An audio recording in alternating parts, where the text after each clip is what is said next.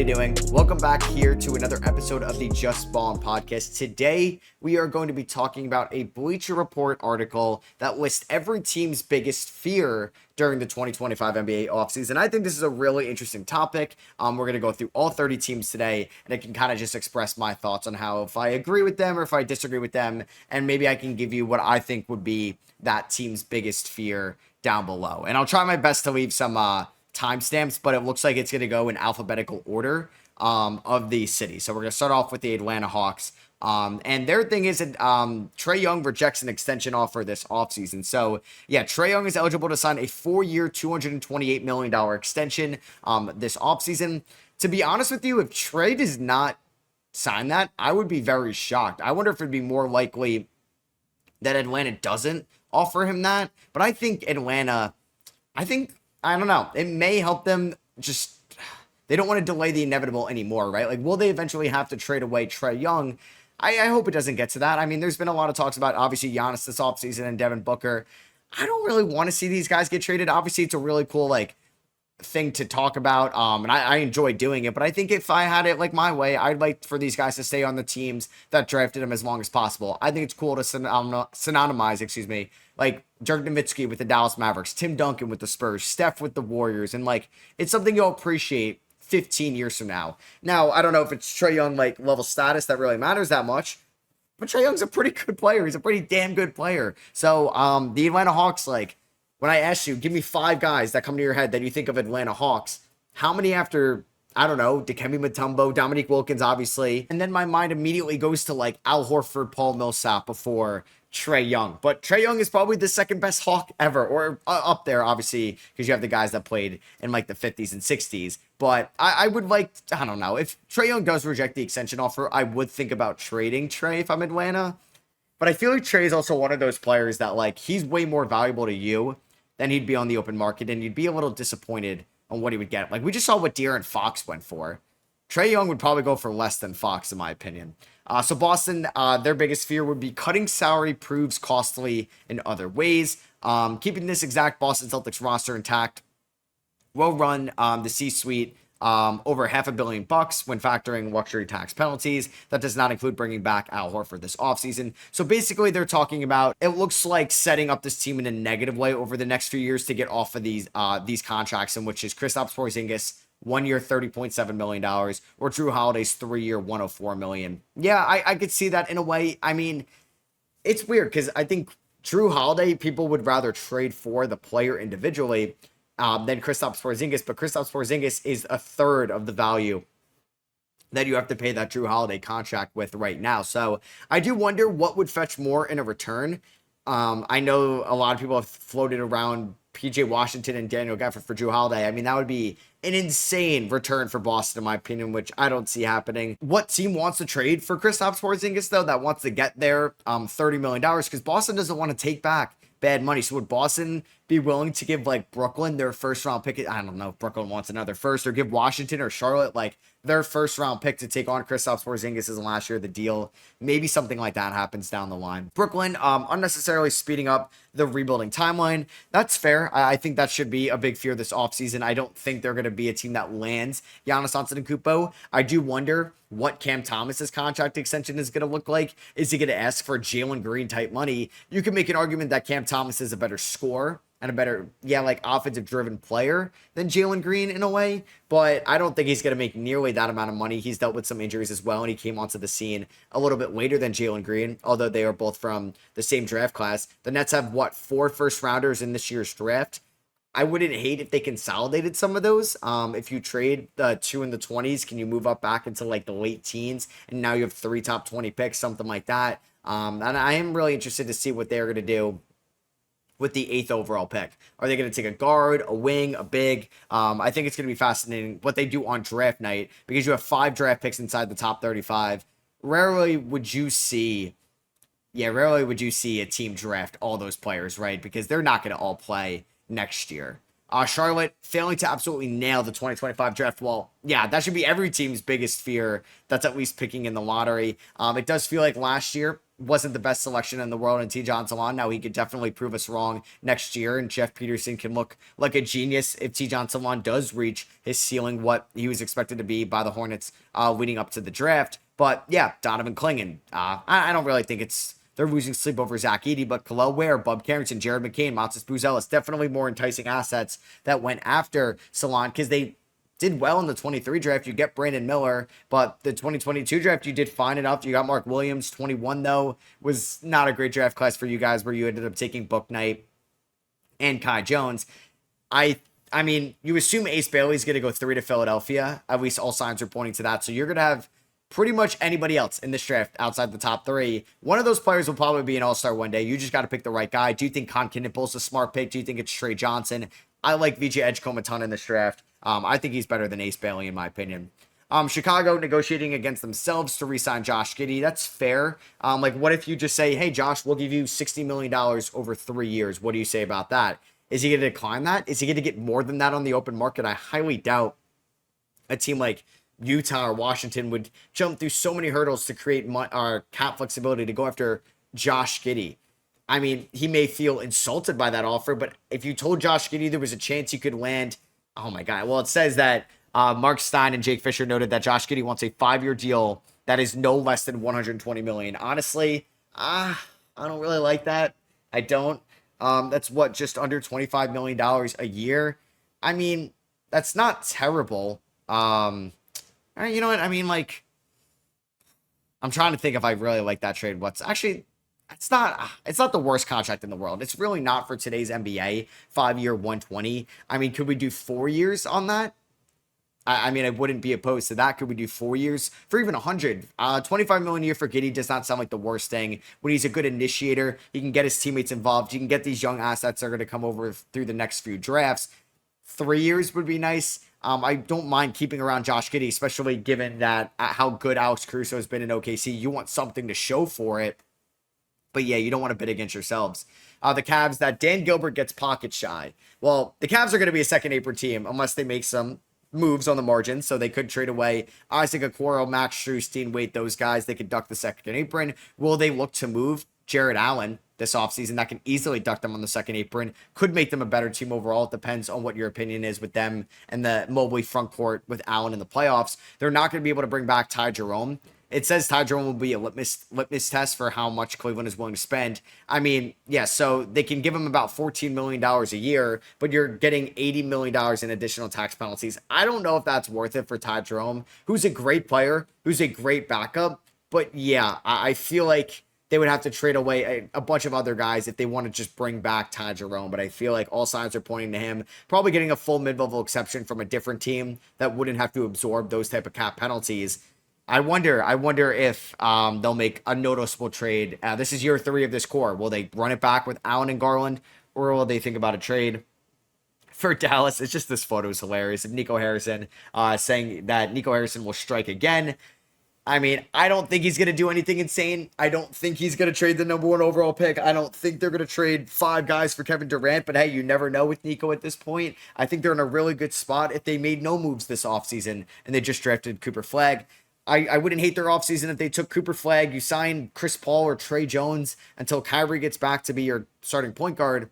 And you can honestly make a run in the Western Conference playoffs next year, depending on how Cooper Flagg is as a rookie and how healthy Anthony Davis is. Now, Gafford and PJ Washington are free agents after the 2026 season, so I expect one, if not both of those guys to be moved this offseason. So I would hope that they don't mess that up. I mean, their fan base has been through so many emotions over the last calendar year. Denver Nuggets, Josh Kroenke, the lead decision maker, well, he's the son of the owner, doesn't listen to Nikola Jokic. Nikola Jokic said that we definitely need to figure out a way to get more depth. It seems like teams that are winning have basically longer rotations and longer benches. Well, it's going to be tough for Denver to do that right now this offseason because Russell Westbrook can opt out of his $3 million option. They got to re-sign Christian Brown. I mean, you could hold that off for another year. I guess his value won't go up that much, right? Like Christian Brown isn't turning into like a $40 million player in a year from now, right? You want to still see what you have in Strother and Watson. You just probably wish that Michael Porter Jr. had a little bit more value where you could maybe get like 2 good depth pieces for Michael Porter Jr. You're going to get Deron Holmes back, which how much faith can you have in a rookie next year as your backup to Nikola Jokic? I would also like to see them go after Kevin Durant, but that's pretty much the opposite. They would be giving up depth to get one guy, than creating depth. For Detroit, it's the front office overreacts to the season's success. I agree. I think if you want to add like a noticeable guy, like a scorer or an offensive talent to still help Cade Cunningham, that shouldn't cost a lot. I floated out the idea of CJ McCollum, pretty much matching salary gets you there, and I don't think he would go for more than a few seconds, and like Marcus Sasser at this point. They're going to compare them to the 2021 Hawks, but what if they're the 2024 Pacers? I don't think so. I mean, it's not going to be as easy for the Pistons to get a 6 seed next year. The East will be better. It will not be this bad again. As long as Orlando and Philadelphia are a little bit more healthy, you expect Toronto to be more competitive.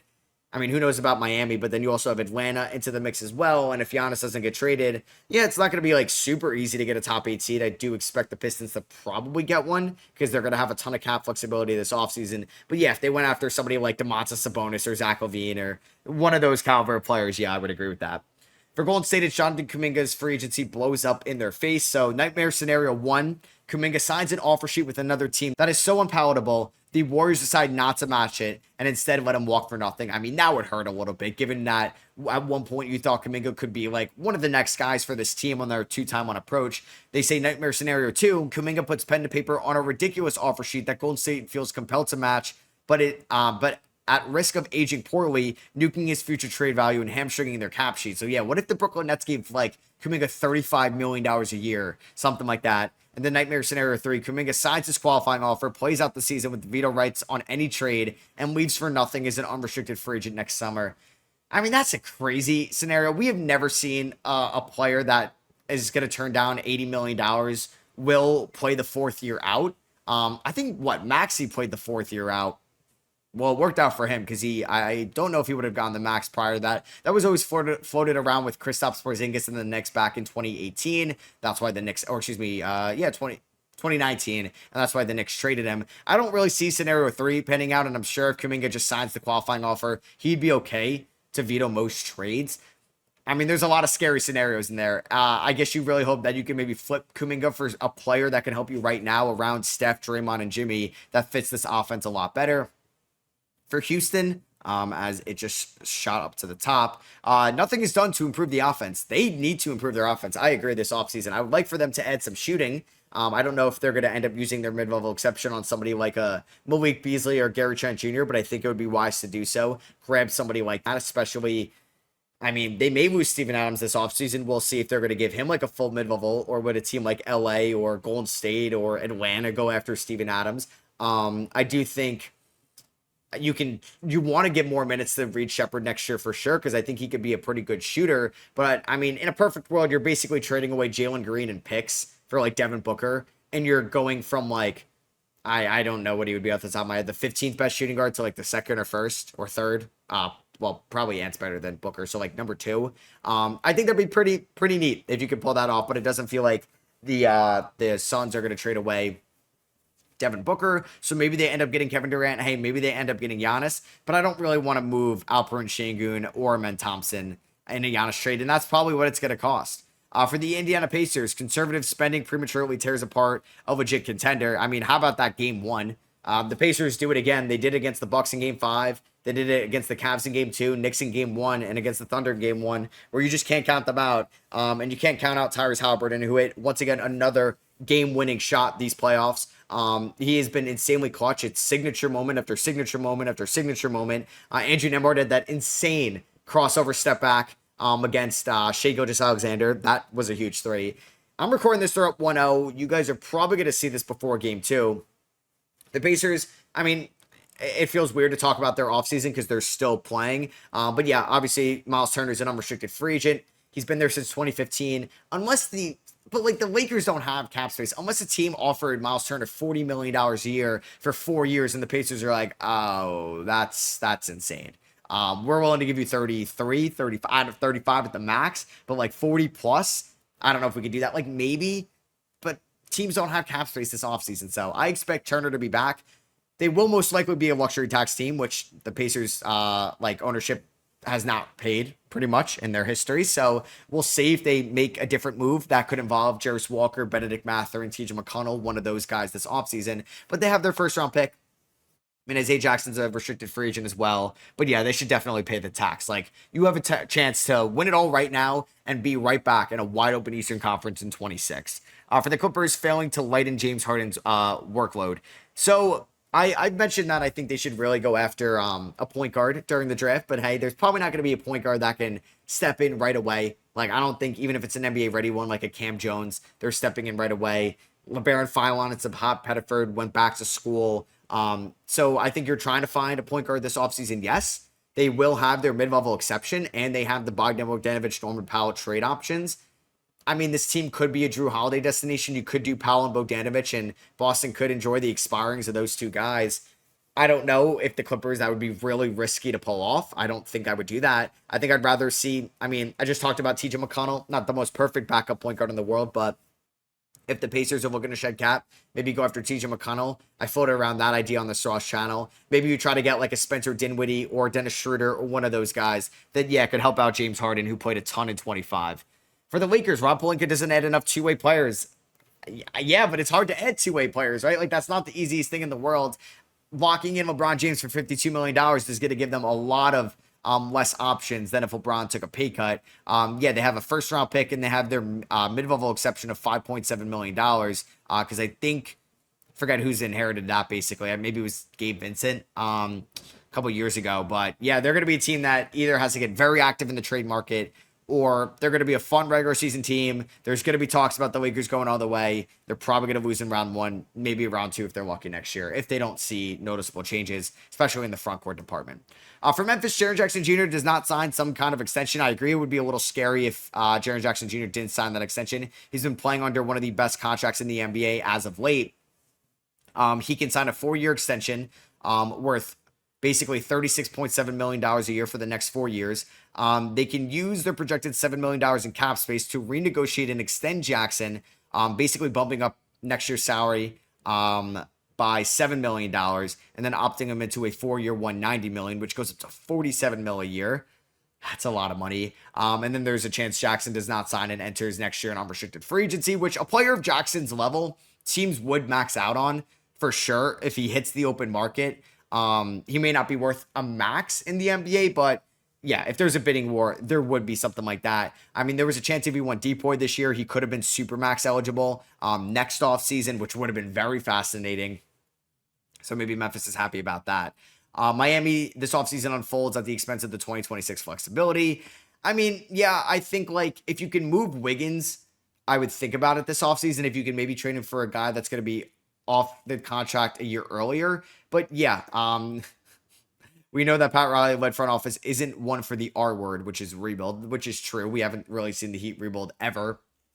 Last time they added Tyler Hero and Bam Adebayo with the 12th or what was Hero 12 or 13 and Bam was 14 in 2017. Hero was in 2019 and they've been competitive since, but now this is the first offseason with no Jimmy Butler. For Milwaukee, it's Giannis requests a trade. Yeah, and I think if Giannis says I only want to go to these 3 teams, and I don't know though, because Giannis is such a franchise legend in Milwaukee, and I think their fan base would be okay if Giannis did request a trade. They would be very sad, but they would get it. But if Giannis then handicapped them of where they can go, it really wasn't the Damian Lillard situation, because he ended up going to Milwaukee, but Jimmy Butler in Miami, that, you don't want that. Giannis is beloved in Milwaukee. So I wonder if Giannis was I don't want to go to San Antonio. Well, you just took one of the best teams off the table. I want to go to Golden State. Golden State can offer not even half of what San Antonio can offer. So yeah, I think it's going to be very scary. There was supposed to be a meeting and we haven't gotten that yet, or the result of it. For Minnesota, both Naz Reid and Nickeil Alexander-Walker-Reed, yeah, that would suck. You're probably going to lose one of them unless Julius Randle's gone. You can maybe bring back Naz for the mid-level and you can go over your cap to sign Naz Reid, but you, I guess, are hoping that Julius Randle opts out. And if Randle opts out, you basically just have DiVincenzo and the 17th overall pick to show for Karl-Anthony Towns, which feels weird 1 year later. For the Pelicans, assets are buried to help evade the tax. I mean, yeah, they basically traded away Daniel Tice at the deadline to bump the tax. I mean, they have been a notoriously cheap franchise as well. We'll see. I do expect them to, I would like for them to bring back Bruce Brown, given his involvement in the Ingram trade. But yeah, Olynyk or McCollum could get moved this offseason. They are going to add somebody with a decent salary with the 7th overall pick in this year's draft. I forget about the Pelicans as a team that does not like to pay the tax, but yeah, they don't. For the Knicks, Mikal Bridges does not sign an extension. I agree. He could sign that 4-year, 156. I would give it to him. You really have no choice right now, and you're really all in with this core. Mikal Bridges was a good enough player where you could trade him. Now, 4-year, 156 is slightly under $40 million a year, which is a lot of money, I will say. But in today's NBA, it's far from immovable. But if Bridges does not want to sign, then you may have to think about trading him, because you mortgaged your draft capital future for him. And if he leaves for nothing, you're screwed. I'm sure he would have a robust market. I'm sure Houston, definitely San Antonio, he'd be a perfect fit on. Teams that have assets would offer a decent amount for Mikal Bridges. You're not getting what you gave up, but if you can get like 80 cents and maybe a player coming back, like maybe you think about that. For the Thunder, aliens abduct Shai Gilgeous-Alexander. Yeah, so they're going to be right back in the swing of things next year. Everybody is under contract. They really don't have much to fear this offseason. So yeah, I guess it's aliens abducting Shai. I respect that part of this article. Maybe they consolidate some draft picks this offseason. That's it. For Orlando, its last summer repeats itself. I kind of liked their offseason last year. Like at the time, I liked the KCP signing. I liked the Wagner and the Padate signings as well. I like the Wagner and the Suggs extensions. So we'll see. I did pitch them signing Ty Jerome, and then I'm now getting PTSD with KCP. For Philadelphia, the number 3 pick becomes collateral damage in some sort of short-sighted move. So that could be like trading 3 to get off the Paul George money. I don't know if they're necessarily referring to like a Kevin Durant trade. Be honest with you, I think you just take Ace Bailey, Trey Johnson, VJ Edgecombe, Concanipple. You take a wing. You have that wing with Edwards, Maxey, McCain for the future, and you just hope you're getting 70% of Embiid and Paul George next year. For Phoenix, Devin Booker requests a trade. I know he was very involved in the new head coach hiring of Jordan Ott. It's funny, he's from Michigan State, which has the Matt Ishbia ties. But yeah, Booker requests a trade, then okay. There's one team you're calling, and that's Phoenix, and you're getting all your picks back and an exciting young player or two in return, which isn't the worst thing in the world. But like I said before, with like Trae Young, I would not mind to see Devin Booker stick it out throughout this rebuild and see how Phoenix can reshuffle this roster after a Kevin Durant trade. For Portland, the front office feels pressure to expedite the timeline. I don't think they need to expedite the timeline this offseason. But you probably want to maximize some type of window. I mean, you're insanely young core, so they're not going anywhere. But Denny Diaz, under one of the best contracts in the NBA, it might be the best contract for pure value per dollar. And he's making like $12 million a year. So maybe next offseason is when you do it. But hey, I would maybe try to move Anthony Simons this offseason. If not, you have to extend him. And then I would, hopefully you hit on your 11th overall pick. They had a very good defense last year, and you piggyback off that going forward. Try to move on find somebody to take Jeremy Grant. Jeremy Grant for Bradley Beal, who says no. For Sacramento, Domantas Sabonis follows in De'Aaron Fox's footsteps. Yeah, that could happen, which would be a little bit scary. But once again, I mean, Sabonis would have some type of market. Brooklyn, Detroit, New Orleans, Toronto. I don't know. There's like random teams that could get involved for Domantas Sabonis. But that contract is scary. And yeah, you're probably not getting a great return for it. So, I mean, Sacramento, I think, is one of the more fascinating teams this offseason. For San Antonio, the front office fails to act on pending roster overlap. Yeah, so I think before Wemby gets paid and before Stephon Castle gets paid, but more so Wemby in 2 years, you're trying to maximize this window with all this flexibility of Wemby playing $30 million below what he's worth on the open market, maybe $40 million below, because you have that Fox extension looming, which is going to bump up his cap hit every year. I would like to see them be slightly aggressive this offseason. You don't have to throw in every single asset for Giannis, but go out and get Kevin Durant. You'll be just fine when Kevin Durant retires. For Toronto, significant changes are made before we get to see the core in action. Yeah, I mean, there's a chance Barrett could get moved, Quickly could get moved, Pirtle could get moved. I know they're going to be linked to Giannis a little bit. I think they have a good core right now. It's not a great core. It's a good core. I'd like to see Brandon Ingram and Scotty Barnes play together before they try to make some type of switch. You have Jamal Shed and Mogbo and Walter and Dick all coming off the bench, which is a nice young core for sure. You have the 9th overall pick in this year's draft. Maybe don't do anything too crazy and use that mid-level exception on maybe some more shooting. Utah, the number 5 pick, doesn't have building block potential. I know, right? Like you get Keontae George, good pick, but like Taylor Hendricks and Cody Williams, their last 2 top 10 picks haven't really been like building block potential. So you hope that's Jeremiah Fierce, but you hope that's Trey Johnson or VJ Edgecombe, who's ever there for you at 5. And lastly, for the Washington Wizards, they don't add someone who could be the lead guard of the future. As much As I like Jordan Poole's resurgence last year, I would trade him if you could. But yeah, I would like to see them get somebody that could be the floor general initiator for them, because Bub Carrington, I think, is better off the ball as a combo guard, and somebody that can get Bilal and Sar the ball going forward. Maybe that's a Nolan Traore in this draft. If they can get him at 18, it's a chef's kiss of a pick. So that's going to be for me. I hope you guys did enjoy this episode of the Just Ballin' podcast. If you did, I would appreciate you dropping a thumbs up on YouTube. Let me know in the comments what you guys think about anything I mentioned or the article came up with. And if you guys are listening on Apple Podcasts and Spotify, really appreciate it, rating and review over there. I'll catch you guys in the next one. Peace.